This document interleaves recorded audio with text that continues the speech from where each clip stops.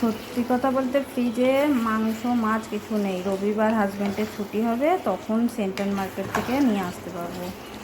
এখানে গেলে কিনতে পারি, কিন্তু ফ্রেশ না, মানে ওই ফ্রোজেন, তো ওই জন্য নিই না। ছুটির দিনে সেন্ট্রাল মার্কেট যাই, দিয়ে নিয়ে আসি।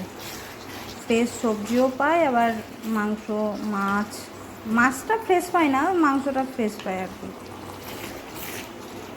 তো ওই জন্য আজকে ডিম আলু দিয়ে করলাম তাহলে। এটাও খেতে খারাপ হবে না, ভালোই হবে।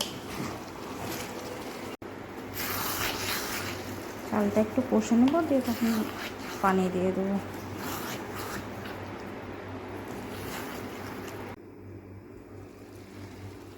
হয়ে গেছে বেরেস্তা, আর একটু ঘি দেবো, হয়ে যাবে। বেরেস্তা দিয়ে দিয়েছি, এবার গ্যাসটা পরিষ্কার করে গোসল করবো।